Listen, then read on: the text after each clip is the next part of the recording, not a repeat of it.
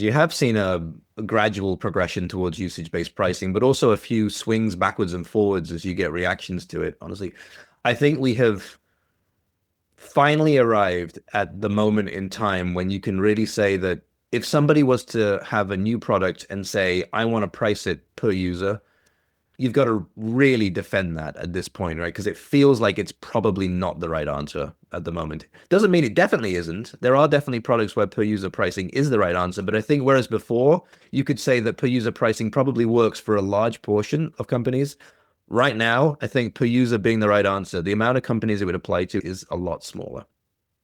And the reason for that, I think, is that, if you can just bear with me as I go through a couple of pricing principles for you. I think if you go back to thinking about how to pick a good price metric for you, there are several criteria that we would think about. And I think the ones that are probably most noteworthy here are value alignment. So the idea is you want to pick a metric that as the number of units of the metric increases, the customer gets more and more value out of the product. You also want it to be growth oriented. So you want to have a metric which naturally is going to increase in the number of units over time. And this is just a land and expand thing, really, right? We want our customer revenues to go up over time as opposed to staying flat or, God forbid, going down. And you also want it to be acceptable. You want it to be something which seems to be fair and reasonable to set price based on. Predictability is a big part of that, right? Can I predict what my number of units is going to be on an ongoing basis?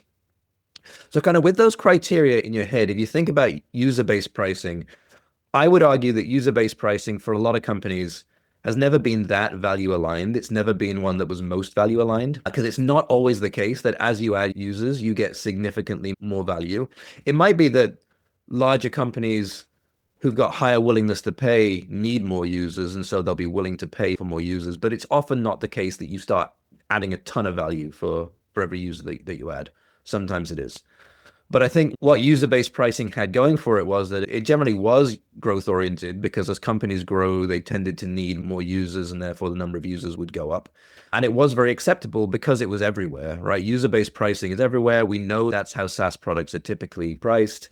It seems easy and logical to set price based on that. And then if you look at the last few years, right, we've seen an increase in user-based pricing, I think mainly because we're in an age now where there's a lot more automation. And so a smaller number of users can get more work done than perhaps they could previously because of all these automations. So users becomes even less value aligned, right? Because there's less of a need to add more and more users in order to unlock the same value because I can do more with less.